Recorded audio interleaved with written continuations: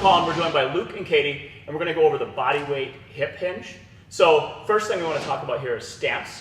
So what I'm going to have them do is they're going to put their thumbs together, and then they're going to drop them right between their kneecaps. So it's thumbs between your patella. So go wide as possible while keeping your thumbs together. For single kettlebell work, that's your stance right there. I always like to give clients something that they can feel, because if you tell them, oh, go feet shoulder width, they're going to go either too wide or too narrow. So go ahead and stand up. So for any time you're using single kettlebell work, which is what we're learning today, it's going to be thumbs together, hands between your patella. From here, a hip hinge involves minimal knee bend and maximal flexing of the hips. So we want to do this in a safe way. So they have their stance in place, and now we're going to make a hand sandwich. So your hand sandwich, go ahead and stand up, guys. It's going to be, you place your hands in your hip flexors, and then what you're going to do is you have your stance in place, and you're going to push your butt to the wall, and you're going to bring your thighs and belly to your hands, and then stand up. And let's do 10 of those. So give me 10 hand sandwiches. Good, that's 2. So every time with the hand sandwich, it touches the top of your thighs and your belly. And this is just teaching a safe hip hinge, which you need to master before you can progress to loaded hinging patterns. Once you have 10, just relax.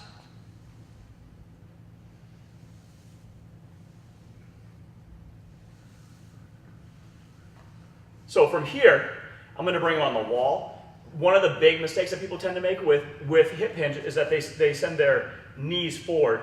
What you want to do is you want to send your butt to the wall. So I'll have Luke come to the wall. What Luke's going to do is going to first put his stance in. So he drops his hands between his patella. He's going to stand up. He's going to make his hand sandwich, and he's going to try to push his butt to the wall. So it's booty to wall, and he easily touches the wall there. So we'll have him step forward a little bit. And he's going to now maybe back slightly. So he's going to drive his butt to the wall. What he's going to feel is his low back glutes, hamstrings light up when he does that. You feel that? Yep. Good, so do like 5. So you'll notice on this his shins stay vertical, and most of the movement is in a horizontal plane rather than up and down. Okay, so one of the most common errors we see in hip hinging movements is people initiate the movement with their knees traveling forward. You guys show that? Yeah, so like their knees are coming forward. In a good deadlift or swing, your shins stay vertical. So if you have someone that's doing that, an easy fix would be to come to a position here, and you're going to block off their knee with your fist, and it forces them, just like the wall in a way, to put this horizontal movement in place. So we want to try a couple. So go forward with one. So she comes forward, and then if you see it, if I block off her knee, it forces her to go back into a beautiful hip hinge. The next really common error that people make is they put their spine in flexion. And this is like big, like people just can't hip hinge. They round their back and they're in an unsafe position. So we can't progress to loading them with kettlebells until they've mastered the hip hinge. One of the best fixes for the rounded spine position is using a PVC pipe. So I'm going to give Katie and Luke a pipe. From here, they're going to reach high behind their head and then low. And they're going to maintain 3 points of contact. So the 3 points of contact are going to be head, upper back, and then backside. From here, they're going to go soft knees, and they're going to maintain 3 points of contact, and they're going to push their butts back. So it's minimal knee bend, maximum bending at the waist, and do like 5.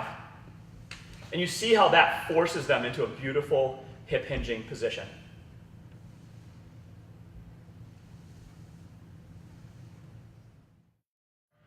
All right, so now that we've learned how to hip hinge with just body weight, we're going to talk about doing a kettlebell deadlift. So it's a fundamental kettlebell exercise. You need to master it before you progress to the swing. So first thing we'll put in place is the stance.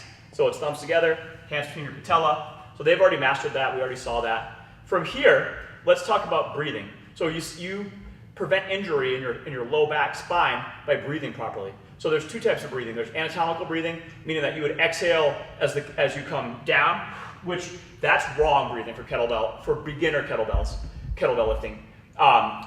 What you want to do is you want to do diaphragmatic breathing, which would be taking a breath of air into your belly and holding that, and then as you come down and pick up your kettlebell, it stabilizes your spine rather than exhaling down here and putting your spine in flexion.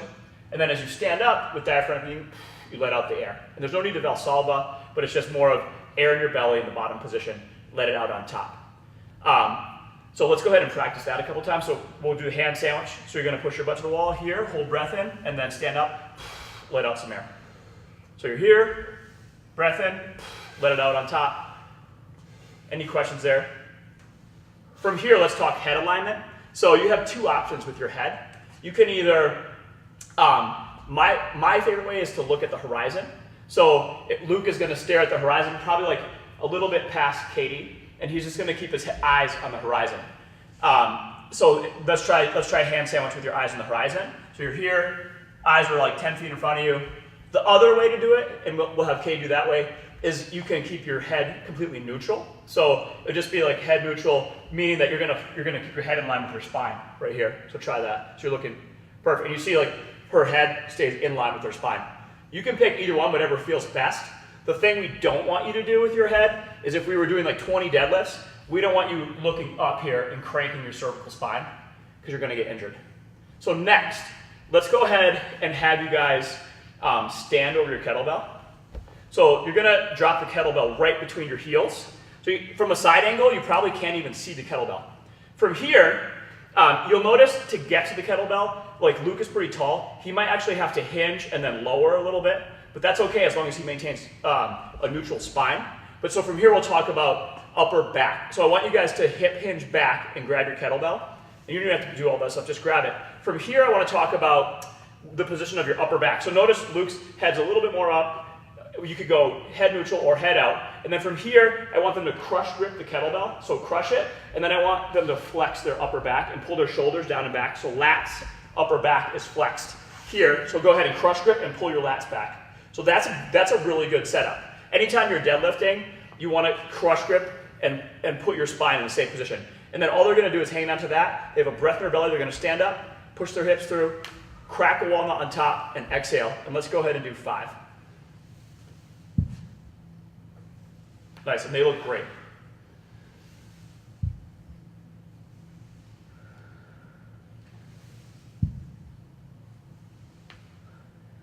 Got it.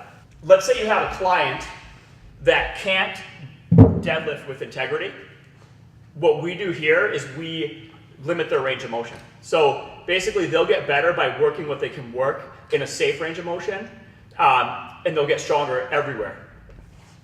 So what you can do is if someone is picking up a kettlebell and they go into flexion every time, go find a range of motion that they can work safely. So we like to use a plyo box. You just drop the kettlebell in the corner of the plyo box, you put everything else in place, and then you reach back and then have them work what range of motion they have that's safe. And now that we've learned how to hip hinge and deadlift the kettlebell, we're going to talk about the kettlebell swing. So the kettlebell swing is basically like the king of kettlebell exercises, and we're going to start with range of motion first. So what I want you guys to do is put in your stance. So you're here, and then go ahead and stand up.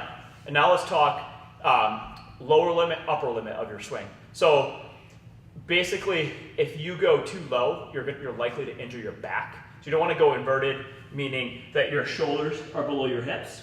So what you're going to do is a nice healthy swing is going to be take your index finger and you're going to put it right on top of your kneecap. So that's like where most of your swing should live. Now say you're getting tired or it's really heavy kettlebell, you're going to take your palms and you're going to put them on your kettlebell. This is your lower limit. If you go lower than this, you're likely to hurt your back or just get injured in general. So once again, upper limit is index finger on top of your knee.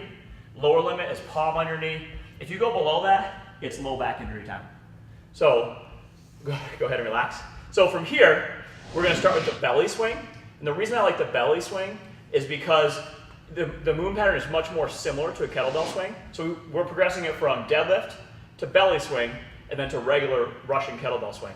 So what I want them to do is you're going to stand over your kettlebell and you're going to do a 2-arm clean to get the kettlebell. So you're going to get your deadlift position, stand up, and then bring your elbows in and hold it by the hand. So you're here, stand up with it. So now you're going to lower the kettlebell into your sternum, with the base into your chest. And then what you're going to do is you're going to go soft knees, you're going to flex your upper back and lats. The reason I really like the belly swing is because it forces you to keep the upper back and lats engaged so that you squeeze in, soft knees, and then you're going to go push, you're going to hip hinge right here. And so this movement pattern, it's way better progression from the deadlift to the swing because the kettlebell's loaded in front of you. In a kettlebell swing, the kettlebell is loaded in front of you, rather than in a deadlift where the weight is under your hips. So go ahead and do like 5 or 6 and then just relax. So this is our baby step from the deadlift to the swing, and then just put it down safely.